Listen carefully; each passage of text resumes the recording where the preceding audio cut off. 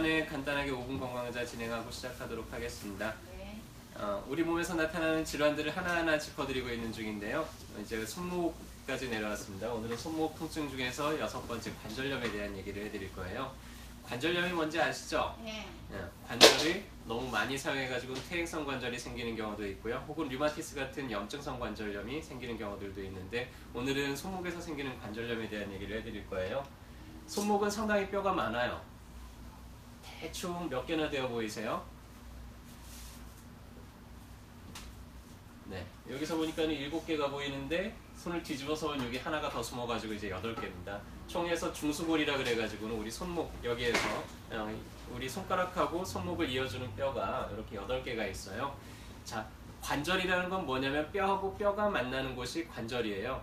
근데 손목은 뼈가 많잖아요. 뼈끼리 만나는 면들이 많아요. 그러다 보니까는 손은 이제 많이 사용을 하잖아요. 우리 몸에서 가장 많이 사용하는 게 사람의 손입니다. 그러다 보니까는 아무래도 이제 뼈끼리 마찰이 생기면서 이런 식으로 관절염이 생기는 경우들이 많이 나타나겠죠.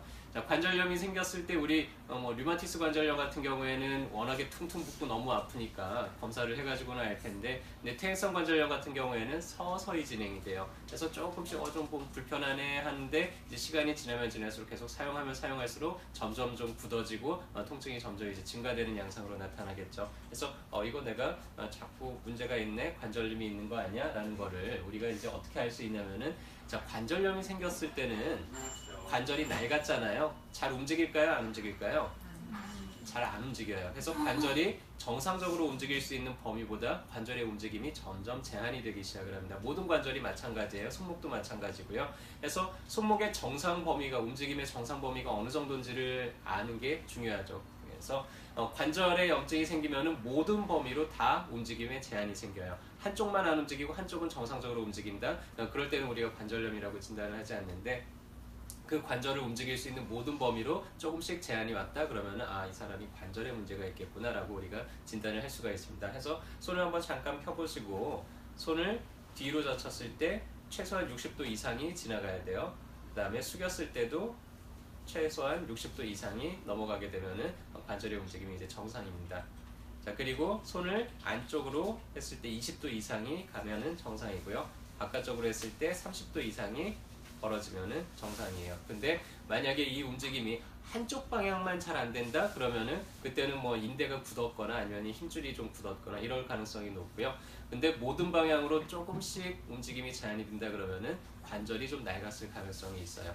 자, 모든 기계는 사용을 하면 할수록 점점 낡아요. 어쩔 수 없어요. 그죠? 사람 몸에 있는 관절도 사용을 하면 할수록 점점 이제 낡기 시작을 합니다. 근데 평소에 좀 관리를 잘 해주고 정비를 중간중간에 잘 해주고 사용하려면 훨씬 더 오래 사용을 할 텐데, 근데 그렇게 정비도 잘 안 하고 너무 과도하게 아픈데도 불구하고 계속 무리를 하게 되면 더 빨리 낡게 되겠죠. 그래서 이런 낡은 기계처럼 처음에 움직이기 시작을 하면 막 삐그덕 하는데 계속 움직이다 보면은 또 조금 나아지고, 이런 게 이제 관절염의 특징이에요. 그래서 아침에 자고 일어났을 때 움직이려고 그러면은 좀 뻣뻣한데 또 일하다 보면 또 좀 나은 것 같아. 근데 일 많이 하고 나면 그날 저녁에는 막 욱신거리고 또 아프기도 하고, 또 아침에 일어나면은 좀 뻣뻣하고, 이런 게 이제 관절염의 특징입니다. 어떻게 해야 될까요?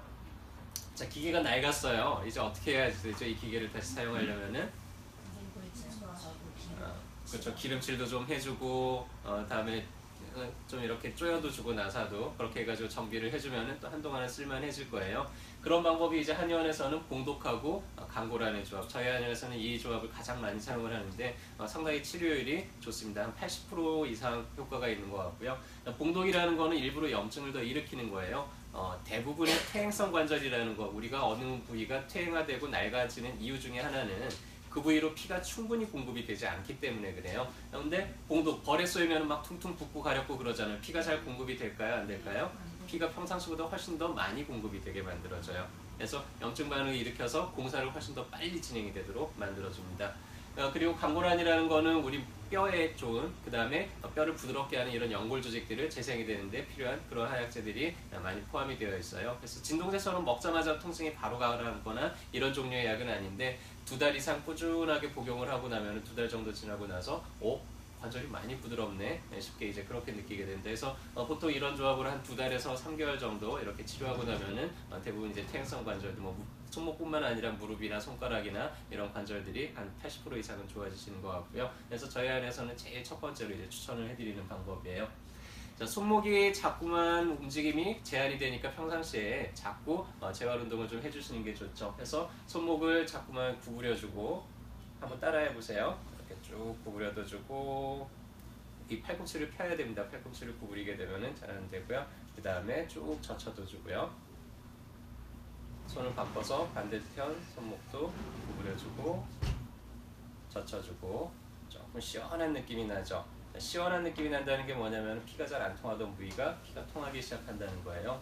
자, 다음에 바깥쪽으로 돌려도 주고 안쪽으로 돌려도 주고 해서 최대한 내가 움직일 수 있는 범위보다 조금씩 더 움직이려고 노력을 하게 되면은 좋아지겠죠. 이런 고무공 같은 거를 이렇게 꽉 쥐었다 폈다 쥐었다 폈다 하는 것도 도움이 되고요. 만약에 손으로 직접 하는 게 어렵다 그러면 테이블 같은 데다가 이렇게 손바닥을 손등을 대고 손바닥을 대고 이런 식으로 해서 손목을 자꾸만 좀 늘려주세요. 그러면 관절염이 진행되는 속도를 최대한 예방을 할 수가 있겠죠. 자, 그렇게 집에서 열심히 예방을 했는데도 계속 아프고 잘 안 된다. 그럼 이제 어디 가시겠어요? 그러면 이제 엊그저께만 오시면은 저희가 또 잘 치료를 해드리도록 하겠죠. 그래서 주변 저희가 이제 알려드리는 이런 상식들이 여러분들 건강을 지키는데 또 여러분 주변 분들하고 건강을 지키는데 좀 도움이 됐으면 좋겠고요. 오늘도 진료 잘 받으시고 건강한 하루 되시길 바라겠습니다. 감사합니다.